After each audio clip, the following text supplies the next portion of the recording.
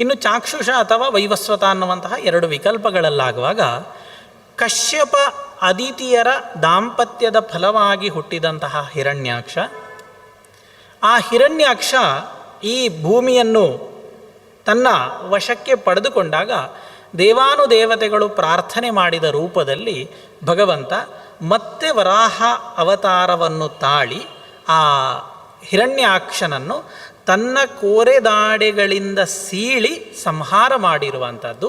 ಅದು ಕಥೆ ಈ ಭಾಗದಲ್ಲಿ ಬರುವಂಥದ್ದು. ಯಾವಾಗ ಆ ಹಿರಣ್ಯಾಕ್ಷನನ್ನು ಸಂಹಾರ ಮಾಡಿ ತನ್ನ ಕೋರೆದಾಡೆಗಳಿಂದ ಧರಣಿಯನ್ನು ಎತ್ತಿಕೊಂಡು ಭಗವಂತ ಬರ್ತಾನೆ, ಆ ಬಂದಂತಹ ಸಮಯದಲ್ಲಿ ಧರಣೀದೇವಿ ವರಾಹನ ಹತ್ರ ಅನೇಕ ಮಾತುಕತೆಗಳನ್ನು ಆಡ್ತಾಳಂತೆ.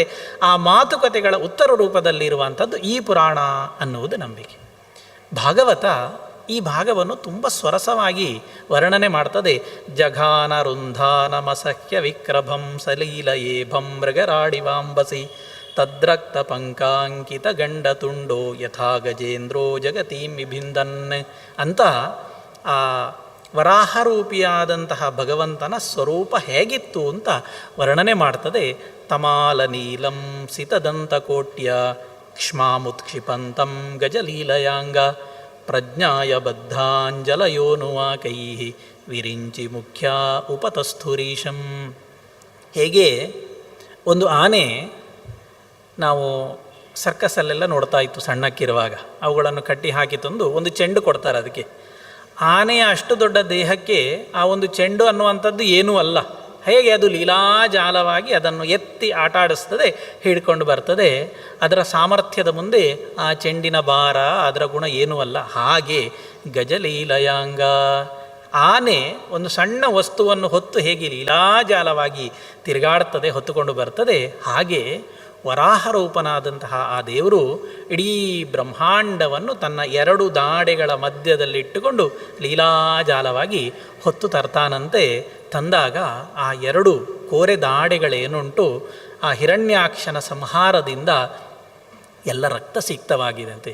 ತದ್ರಕ್ತ ಪಂಕಾಂಕಿತ ಗಂಡ ತುಂಡೋ ಯದಾ ಗಜೇಂದ್ರೋ ಜಗತೀಂ ವಿಭಿಂದನ್.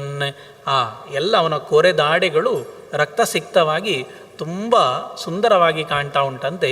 ತಮಾಲ ನೀಲಂ, ಒಳ್ಳೆ ನೇರಳೆ ಹಣ್ಣಿನಾಗೆ ನೇರಳೆ ಬಣ್ಣ. ಸಿತದಂತ ಕೋಟ್ಯ, ಅವನ ದಂತಗಳು ಒಳ್ಳೆ ಬಿಳುಪಾಗಿರುವಂಥದ್ದು, ಅದರ ಮಧ್ಯದಲ್ಲಿರುವಂತಹ ದಂತ. ಇಂತಹ ವರಾಹನನ್ನು ಎಲ್ಲ ಯೋಗಿಗಳು ಸ್ತೋತ್ರ ಮಾಡ್ತಾರಂತೆ.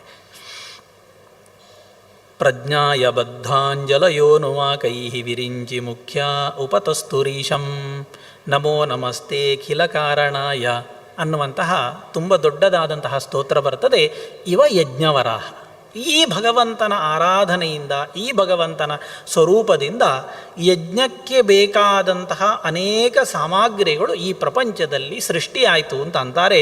ಸೋಮಸ್ತು ರೇತಃ ಸವನಾನ್ಯವಸ್ಥಿತಿ ಸಂಸ್ಥಾ ವಿಭೇದ ತವ ದೇವಧಾತವಃ ಸತ್ರಾಣಿ ಸರ್ವಾಣಿ ಶರೀರ ಸಂಧಿ ತ್ವಂ ಸರ್ವಯಜ್ಞುಃ ಕ್ರತುರಿಷ್ಟಿಬಂಧನಃ ನಮೋ ನಮಸ್ತೆ ಖಿಲ ಮಂತ್ರ ದೇವತಾ ದ್ರವ್ಯಾಯ ಸರ್ವಕ್ರತವೇ ಕ್ರಿಯಾತ್ಮನೆ ವಿರಿಂಚಿ ಮುಖ್ಯ ನಮಾಯ ತುಭ್ಯಂ ಅಂತ ಆ ಭಾಗದ ಬರುವಂಥದ್ದು. ಇದು ಭಾಗವತದಲ್ಲಿ ಹೇಳಿರುವಂಥದ್ದು. ಹೀಗೆ ಆ ಎಲ್ಲ ಸ್ತೋತ್ರ ಮಾಡುವಂತಹ ಭಾಗ ಇದು.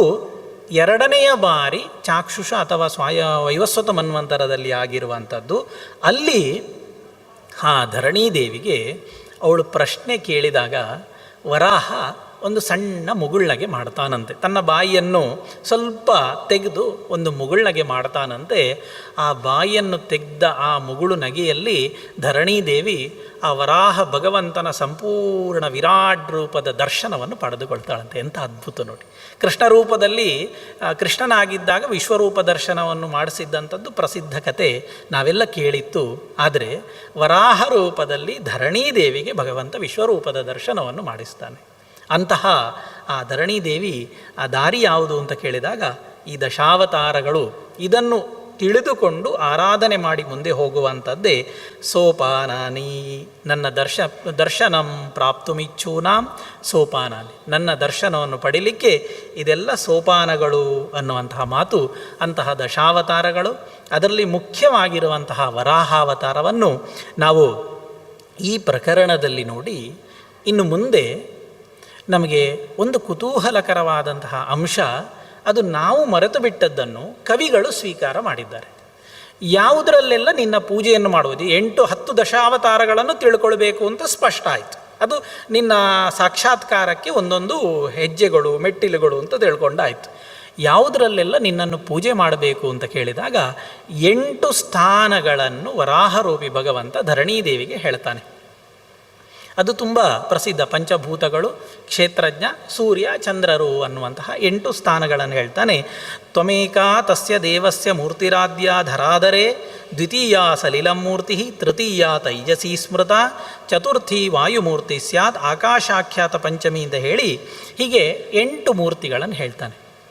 ನಾವು ಈ 8 ಮೂರ್ತಿಗಳನ್ನು ಮರೆತು ಬಿಟ್ಟಿದ್ದೇವೆ. ಯಾಕೆ ಅಂತಂದರೆ ನಮಗೆ ಭಾಗವತದಲ್ಲಿ ಪ್ರಸಿದ್ಧವಾಗಿರುವಂತಹ ಉದ್ಧವ ಗೀತೆಯಲ್ಲಿ ಭಗವಂತ ಬೇರೆ ಬೇರೆ ಸ್ಥಾನಗಳನ್ನು, ಭದ್ರ ಪೂಜಾ ಪದಾನಿಮೆ, ನನಗಿದೆಲ್ಲ ನನ್ನ ಪೂಜೆಯ ಸ್ಥಾನಗಳು ಅಂತ ಹೇಳಿ ಭೂರಗ್ನಿ, ಆಕಾಶ, ಅನಿಲ ಅನ್ನುವಂತಹ ಸುಮಾರು 10-11 ಸ್ಥಾನಗಳನ್ನು ಹೇಳಿರುವಂಥದ್ದು. ಭೂರಾತ್ಮ ಸರ್ವಭೂತಾನಿ ಭದ್ರಪೂಜಾ ಪದಾನಿಮೆ ಅಂತ ಕೃಷ್ಣ ಉದ್ಧವನಿಗೆ ಉಪದೇಶ ಕೊಟ್ಟದ್ದನ್ನು ನಾವು ಭಾಗವತದಲ್ಲಿ ನೋಡ್ತೇವೆ. ಆದರೆ ವರಾಹ ಧರಣೀದೇವಿಗೆ ಕೊಟ್ಟಂತಹ ಈ ಅಷ್ಟಮೂರ್ತಿಯ ಸ್ಥಾನಗಳೇನುಂಟು, ಇದನ್ನು ನಾವು ಮರೆತು ಬಿಟ್ಟದ್ದನ್ನು ಕಾಳಿದಾಸ ಸ್ವೀಕಾರ ಮಾಡಿದ್ದಾನೆ. ಅದು ಈಶ್ವರನಿಗೆ ಹೋಲಿಸಿ ಕೊಟ್ಟಿದ್ದಾನೆ. ಆ ಪ್ರಸಿದ್ಧ ಅಭಿಜ್ಞಾನ ಶಾಕುಂತಲದ ಮಂಗಲಾಚರಣೆಯಲ್ಲಿ ಕಾಳಿದಾಸ ಹೇಳ್ತಾನೆ, ಯಾ ಸೃಷ್ಟಿಸ್ರಷ್ಟುರಾದ್ಯ ವಹತಿ ವಿಧಿಹುತಂ ಯಾಹ ವಿರ್ಯಾಚ ಹೋತ್ರಿ, ಯೇ ದ್ವೇ ಕಾಲಂ ವಿಧತ್ತ ಶ್ರುತಿ ವಿಷಯಗಣ ಯಾ ಸ್ಥಿತ ವ್ಯಾಪ್ಯ ವಿಶ್ವಂ, ಯಾಮಾಹುಸ್ಸರ್ವಬೀಜ ಪ್ರಕೃತಿರಿತಿಯ ಪ್ರಾಣಿನಃ ಪ್ರಾಣವಂತಃ, ಪ್ರತ್ಯಕ್ಷಾಭಿಃ ಪ್ರಪನ್ನಸ್ತನುಭಿರವತು ವಸ್ತಾಭಿಃ ಅಷ್ಟಾಭಿರೀಶಃ. ಈಶ್ವರ ಈ 8 ಅಷ್ಟಮೂರ್ತಿಗಳಿಂದ ನಿಮ್ಮನ್ನೆಲ್ಲ ರಕ್ಷಣೆ ಮಾಡಲಿ ಅಂತ ಹೇಳಿರುವಂಥದ್ದು. ಅವ ಹೇಳದೆ ಇಲ್ಲಿ ಹೇಳಿರುವಂಥ ಕ್ಷೇತ್ರೇಶ ಅನ್ನುವಂತಹ ಒಂದು ಸ್ಥಾನ ಮಾತ್ರ, ಅದರಲ್ಲಿ ಸ್ವಲ್ಪ ವ್ಯತ್ಯಾಸ. ಅವ ಹೋತೃ ಅಂತ ಹೇಳ್ತಾನೆ, ಇಲ್ಲಿ ಕ್ಷೇತ್ರೇಶ ಅಂತ ಹೇಳ್ತಾರೆ. ಬಿಟ್ಟರೆ ಮತ್ತೆಲ್ಲ ವರಾಹ ಪುರಾಣದ ಈ ಭಾಗವನ್ನು ಸರಿಯಾಗಿ ಕಾಳಿದಾಸ ಅಭಿಜ್ಞಾನ ಶಾಕುಂತಲದಲ್ಲಿ ಹಾಕಿ ಈಶ್ವರನಿಗೆ ಅನ್ವಯ ಮಾಡಿಬಿಟ್ಟಿದ್ದಾರೆ. ಅಂತಹ ಅಪೂರ್ವ ಭಾಗ ಇಲ್ಲಿ ವರಾಹ ನಮಗೆ ಕೊಟ್ಟದ್ದನ್ನು ನಾವು ನೋಡ್ತೇವೆ. ಮತ್ತು ಮುಂದೆ ಒಂದು ಸಂವಾದದ ರೂಪದಲ್ಲಿ ಒಂದು ದೊಡ್ಡ ಕಥೆ ನಮಗೆ ಹರಿದು ಬರ್ತದೆ. ಅದು ಅಶ್ವಶಿರಸ್ ಅನ್ನುವಂತಹ ಒಬ್ಬ ರಾಜನ ಮೂಲಕವಾಗಿ. ಅವ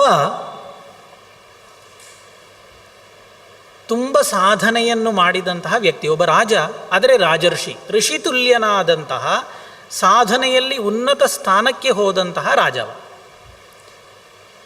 ರಾಜ್ಯವನ್ನೂ ಪಾಲನೆ ಮಾಡ್ತಾ ಇರ್ತಾನೆ, ಭಗವಂತನನ್ನು ಮರೆತು ಇರುವುದಿಲ್ಲ.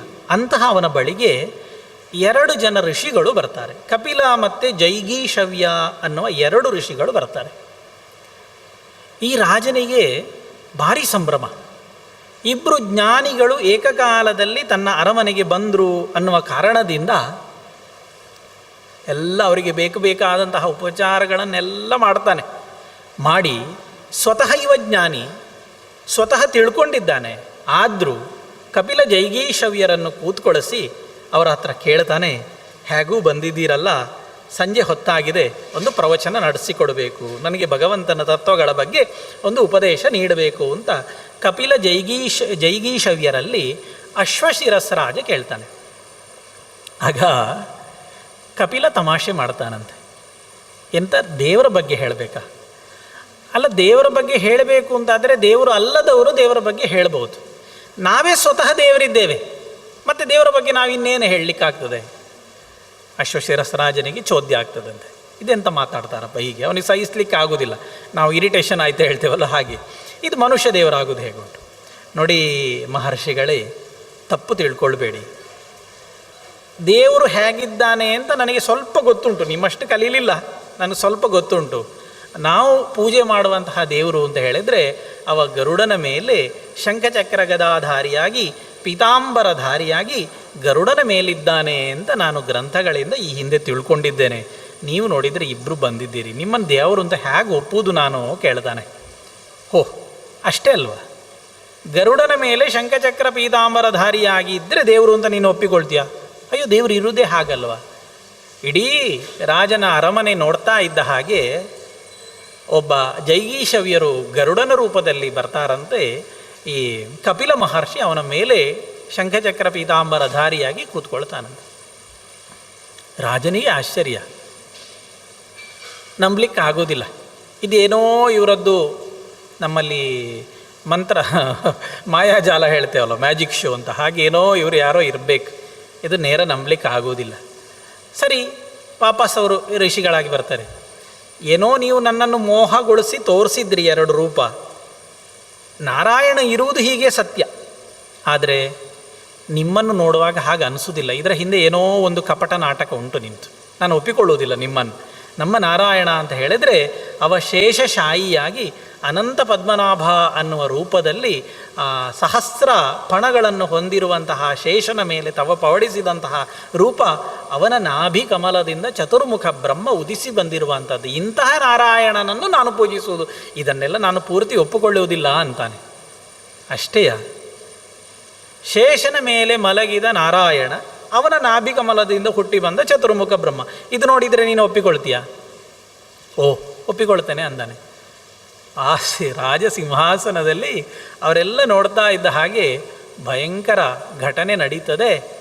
ಜೈಗೀಷವ್ಯರು ಕಪಿಲ ಮಹರ್ಷಿ ತಾನು ಪದ್ಮನಾಭನ ರೂಪವನ್ನು ತಾಳ್ತಾನೆ, ಅವನ ನಾಭಿಕಮಲದಿಂದ ಪದ್ಮದಲ್ಲಿ ಜೈಗೀಷವ್ಯರಿರ್ತಾರೆ. ಹೇಗೆ ಆ ಭಗವಂತನ ಸ್ವರೂಪ ಉಂಟು ಅಂತ ಇವ ತಿಳ್ಕೊಂಡಿದ್ದ ಅದೇ ಸ್ವರೂಪ ಕಣ್ಣ ಮುಂದೆ ಬಂದು ನಿಲ್ತದೆ. ಅಶ್ವಶಿರಸರಾಜ ಸೋತು ಹೋಗ್ತಾನೆ. ಏನು ಉತ್ತರ ಕೊಡುವುದು ಗೊತ್ತಾಗುವುದಿಲ್ಲ. ಮತ್ತೆ ಆ ರೂಪವನ್ನು ಉಪಸಂಹಾರ ಮಾಡಿ ಅವರು ಕಪಿಲ ಜೈಗೀಷವ್ಯರು ನಿಂತಾಗ ಹೇಳ್ತಾನೆ, ಯಾಕೋ ನನಗೆ ಇನ್ನೂ ಪೂರ್ತಿ ನಂಬಿಕೆ ಬರ್ತಾ ಇಲ್ಲ, ನನ್ನನ್ನು ಕ್ಷಮಿಸಿ, ನೀವು ದೇವರು ಅಂತ ನನ್ನ ಅಂತರಾತ್ಮ ಹೇಳ್ತಾ ಇಲ್ಲ ಅಂತ ಹೇಳಿದಾಗ, ಹಾಗಾದರೆ ನಿನಗೆ ಮತ್ತೆ ಏನು ಬೇಕು?